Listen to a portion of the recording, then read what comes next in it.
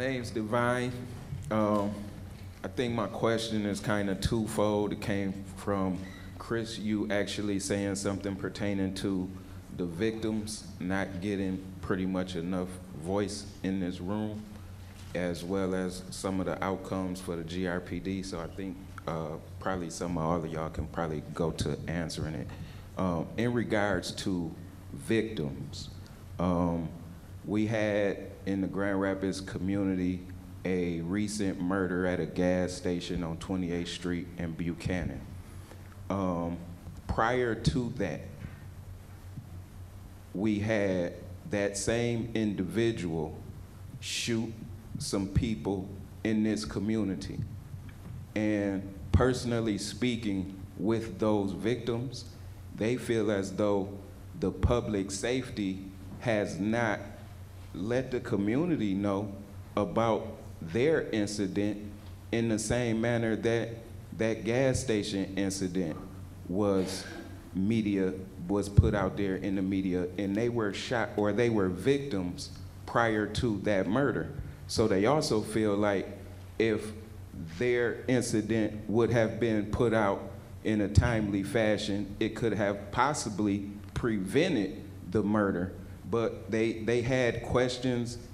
To me, just coming to their doors, getting input from the community about their concerns in the community, to why do they get a GoFundMe when, you know, you got two people on this street that's been victims and shot, and we've heard nothing.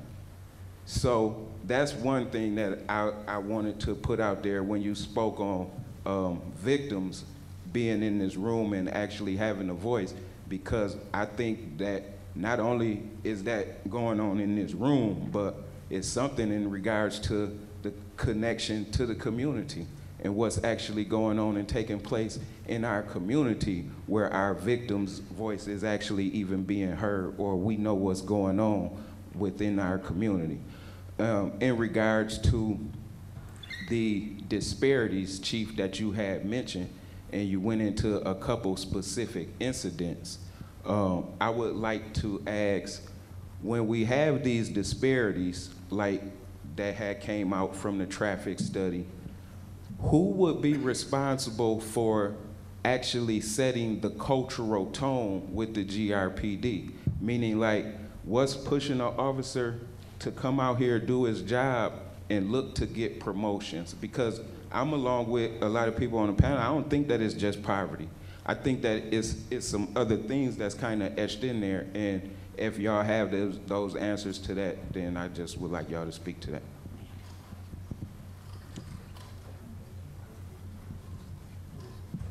So you said a lot of things and you touched on a lot of points. I can tell you, I'll try to be short and specific out of respect for the other questions.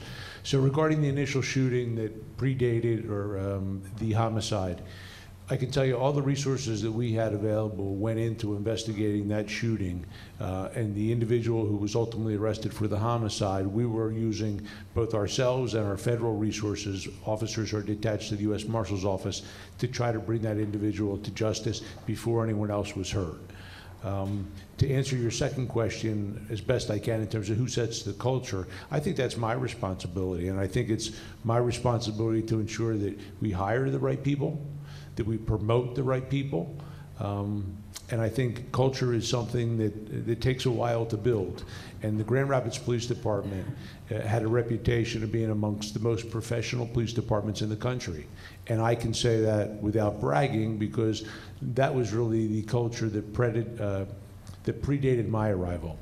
What I also want us to be known as, in addition to being amongst the most professional police departments, but I want us to be known in the future, and I think we're moving in that direction, as being amongst the most transparent, community-minded, community-driven police departments in the country.